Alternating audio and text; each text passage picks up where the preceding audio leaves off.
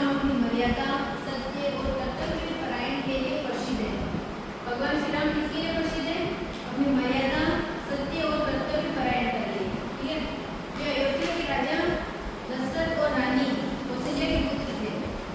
वे अयोध्या के राजा थे दशरथ और रानी थी कौशल्या, उनके पुत्र थे। उनका जीवन धर्म, त्याग और आदर्शों का प्रतीक है। श्री राम को मर्यादा पुरुषोत्तम कहा जाता है क्योंकि उन्होंने जीवन भर धर्म आदर्शों का पालन किया। मर्यादा पुरुषोत्तम क्यों कहा जाता है? क्योंकि उन्होंने अपने पूरे जीवन में धर्म और आदर्शों का पालन किया था। उनका चरित्र हमें सिखाता है कि सच्चाई और न्याय के मार्ग पर चलना ही श्रेष्ठ जीवन का आधार है। श्री राम का जन्म अयोध्या में हुआ था। श्री राम का जन्म कहाँ हुआ था? वे 4 भाई थे, राम, भरत, लक्ष्मण और शत्रुघ्न। 4 भाई साथ साथ खेलते हुए बड़े हुए। वे सभी गुरु वशिष्ठ के आश्रम में शिक्षा ग्रहण करने गए। किसके आश्रम में गए थे? उनके गुरु थे गुरु वशिष्ठ। ठीक है। जहाँ उन्होंने वेद, धनुर्विद्या और नीति शास्त्र की शिक्षा ली। श्री राम बाल्यकाल से सत्य, शील और धैर्य से परिपूर्ण थे। वे अपने माता पिता और गुरुजनों की आज्ञा का पालन करते थे और अपने भाइयों से स्नेह रखते थे। ठीक है। राक्षसों से यज्ञ की रक्षा के लिए विश्वामित्र ने राजा दशरथ से राम और लक्ष्मण को मांगा एवं गुरु विश्वामित्र ने श्री राम और लक्ष्मण को जंगल में रहने वाले राक्षसों से ऋषियों की रक्षा करने के लिए कहा। एक ऋषि थे गुरु विश्वामित्र। उन्होंने जो राजा दशरथ थे ना, श्री राम के पिता, उन्होंने वो राजा दशरथ के पास गए और उन्होंने कहा कि जो जंगल है वहाँ राक्षस है, उनका वो यज्ञ कर रहे थे ना, उसमें वो कोई भी जैसे यज्ञ में कोई भी बंद कर देते थे। तो उन्होंने कहा लक्ष्मण और श्री राम को हमारे पास भेजो। श्री राम ने ताड़का नामक राक्षसी का वध कर ऋषियों को निर्भय किया। कौन सी राक्षसी थी? ताड़का। उन्होंने कई युद्धों की रक्षा की जिससे संपूर्ण वन क्षेत्र में शांति स्थापित हुई। इससे ये संदेश मिलता है कि अन्याय और अधर्म के विरुद्ध खड़े होना प्रत्येक व्यक्ति का धर्म है। ठीक है। भगवान श्री राम का जन्म कहाँ हुआ था? उनके पिता का क्या नाम था? वो कितने भाई थे? क्या नाम था?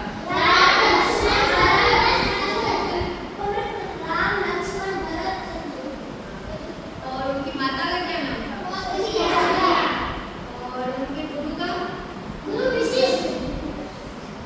और कौन सी राक्षसी का वध किया था?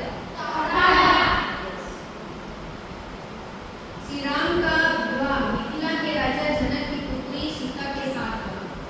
ठीक है। मिथिला कहाँ है पता है आपको? नेपाल सुना है? देश का नाम नेपाल।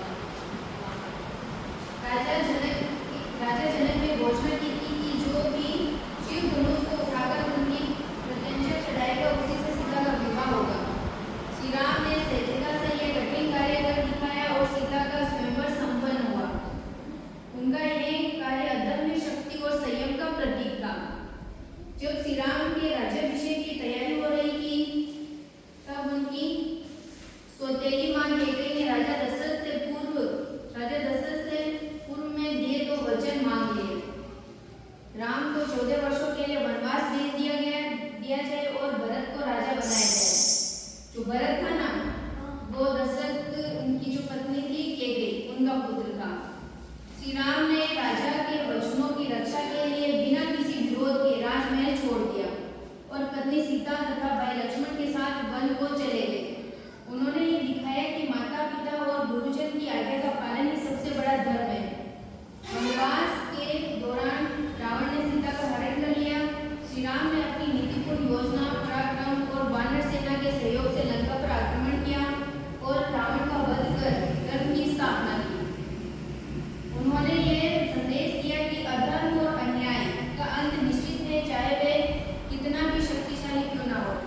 जब श्री राम का सीता के साथ विवाह हुआ था ना, तो उसके बाद उनका राज्याभिषेक हुआ था। तो